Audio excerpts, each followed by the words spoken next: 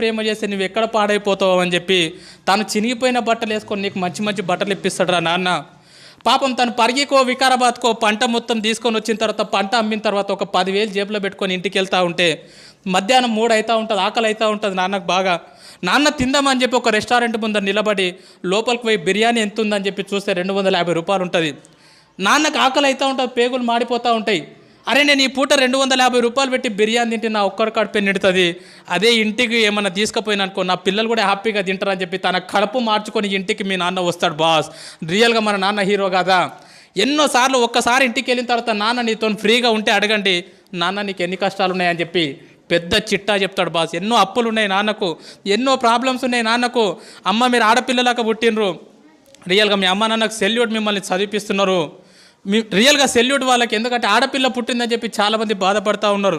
ఆడపిల్ల పుట్టినా సరే చదివిస్తున్నారు, రేపు పొద్దున నీ పెళ్ళి ఎట్లా చేయాలని చెప్పి ఇప్పటి నుంచి ఆలోచిస్తారమ్మ. పాపము నా కూతురికి ఎలాంటి భర్తను తీసుకురావాలి, ఎంత కట్నం ఇవ్వాలి, ఎంత బంగారం పోగు చేయాలని చెప్పి పాపం నాన్న పిచ్చోన్లాగా బయట నీ కోసం కష్టపడుతున్నాడు రా. ఈరోజు హ్యాపీగా ఇక్కడ నవ్వుకుంటా కూర్చున్నావు కదా, ఇంటికి వెళ్తే నాన్నని ముఖం మీద తిడుతున్నావు కదా, పెద్దగా అయిపోయినావు అని చెప్పి 10th క్లాస్కి వచ్చినావు అని చెప్పి.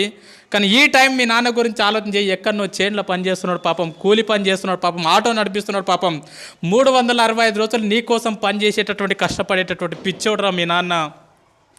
మరి ఇంకో దేవత గురించి చెప్పున్నా, నిజంగా భగవంతుడు అనేవాడు ఉన్నాడో లేడో నాకైతే తెలియదు, కానీ 9 నెలలు మోసింది బాస్ అమ్మ మనని.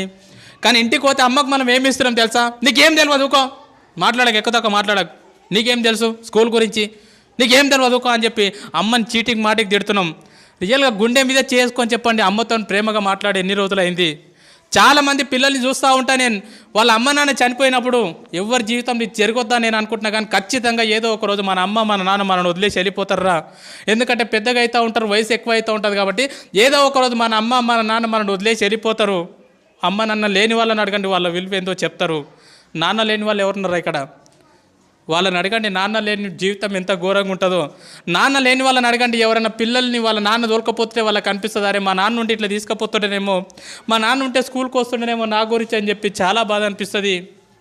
మరి ఈ రకంగా ఒక తల్లి 9 నెలలు మోస్తుంది మీ అమ్మ. అమ్మని ఇంటికి పోతే మనం చీటికి మాటికి తిడుతూ ఉన్నాం, చీటికి మాటికి కసురుకుంటా ఉన్నాం, నీకేం తెలియదు అంటున్నాం. 9 నెలలు కడుపులో మోసేటప్పుడు ఎన్నో హాస్పిటళ్ళు తిరిగింది, ఎన్నో గుడులు తిరిగింది, ఎన్నో మందులు మింగింది, తనకు ఇష్టం లేని ఫుడ్ తీసుకున్నది అమ్మ.